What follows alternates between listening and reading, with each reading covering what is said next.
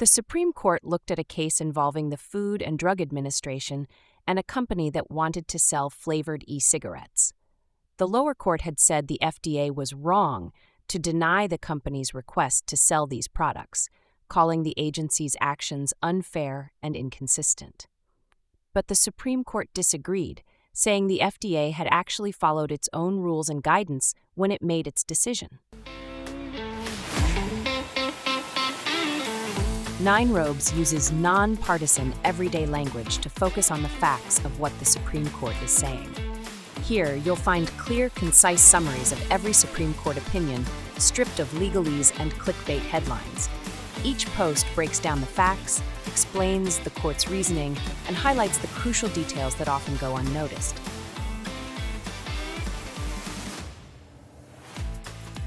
It's not just about what the court decided.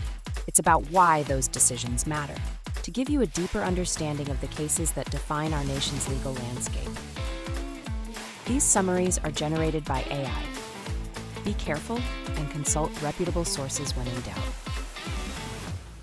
The justices explained that the FDA's process for reviewing these e-cigarette products was in line with what it had told companies to expect, especially when it came to the kind of scientific evidence and comparisons it wanted to see. The court also said that the FDA didn't break any rules by sticking to its earlier positions. However, the Supreme Court didn't end the case there.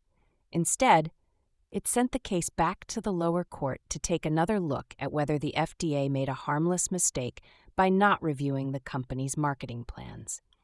This case shows how the courts look closely at whether government agencies are following their own guidelines and what happens if they don't. In FDA v. Wages and White Lion Investments, LLC, number 23-1038, the Food and Drug Administration, FDA, denied pre-market tobacco product applications, PMTAs, submitted by two e-liquid manufacturers, Wages and White Lion, DBA Triton, and Vapetasia.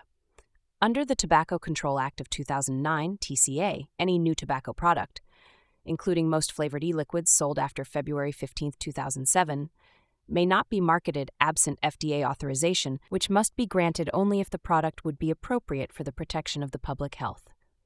21 U.S.C. 387J2A.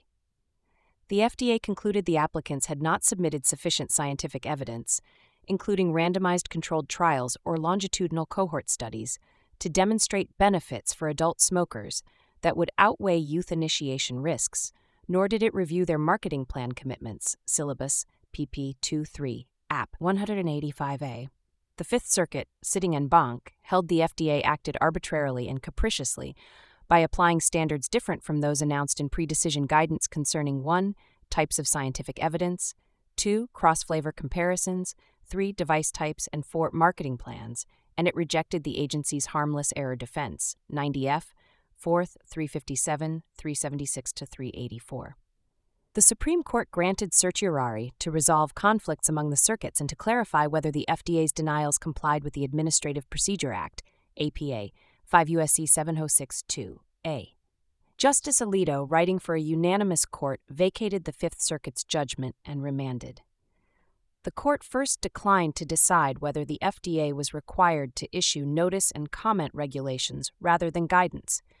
It then applied the change in position doctrine, under which an agency may change policy so long as it provides a reasoned explanation, display awareness that it is changing position, and considers serious reliance interests. 1. Scientific evidence.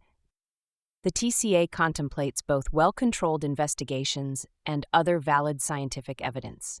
The FDA's guidance made clear that absent randomized trials or cohort studies, manufacturers must submit robust alternative evidence bridged to their specific products. The court held the agency's denial orders simply applied that approach. Respondents offered literature reviews and surveys, but not evidence sufficiently tied to their flavored products. No unacknowledged change occurred. 2. Comparative efficacy. The TCA requires comparisons of new products to other tobacco products, and the FDA's guidance recommended comparing health risks within the same category and different categories as appropriate. Its later emphasis on dessert, candy, and fruit flavors over tobacco flavors naturally flowed from data showing those flavors disproportionately appeal to youth. The denial orders tracked that guidance, not a repudiation of it. 3. Device type. A 2020 guidance prioritized enforcement against flavored, cartridge-based products, but it also covered any products targeted to or whose marketing is likely to promote use by minors.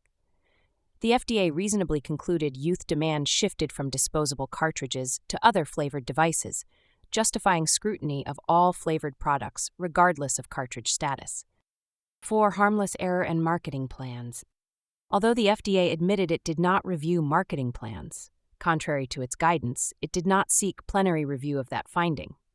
Instead, the agency asked the court to clarify the proper harmless error standard, noting tension between the remand rule of SEC v. Chenery Corp. And the APA's harmless error directive. The court held the Fifth Circuit misread Calcutt v. FDIC by treating its sole exception to the remand rule as universal. The court vacated and remanded for the Fifth Circuit to apply a proper blend of remand and harmless error principles.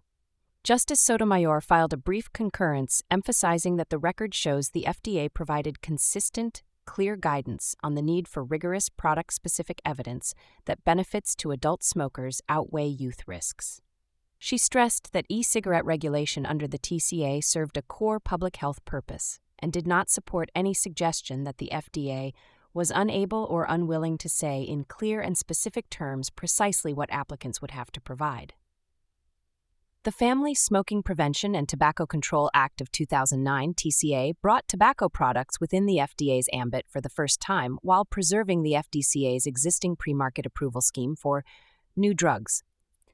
A new tobacco product is any tobacco product not marketed in the U.S. before February 15, 2007, and the TCA mandates FDA authorization before sale. To approve a PMTA, the agency must find the product appropriate for the protection of the public health, weighing risks and benefits to the population as a whole, and the likelihood of adult cessation versus youth initiation. Those findings, when appropriate, rely on well-controlled investigations or other valid scientific evidence, but the statute leaves to the FDA's discretion what studies or data suffice. This delegation reflects Congress's judgment that tobacco products pose unique, shifting risks, particularly because of rapidly proliferating flavors and devices, requiring individualized review rather than blanket standards.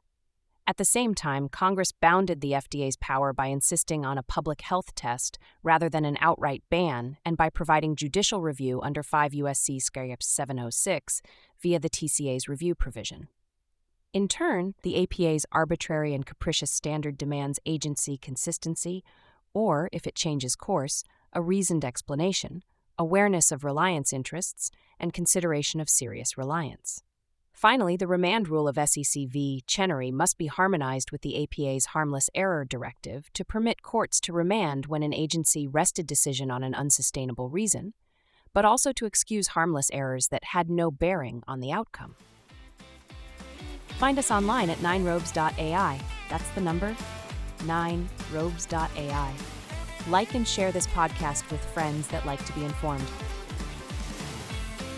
9 Robes provides AI summaries of U.S. Supreme Court cases. AI makes mistakes.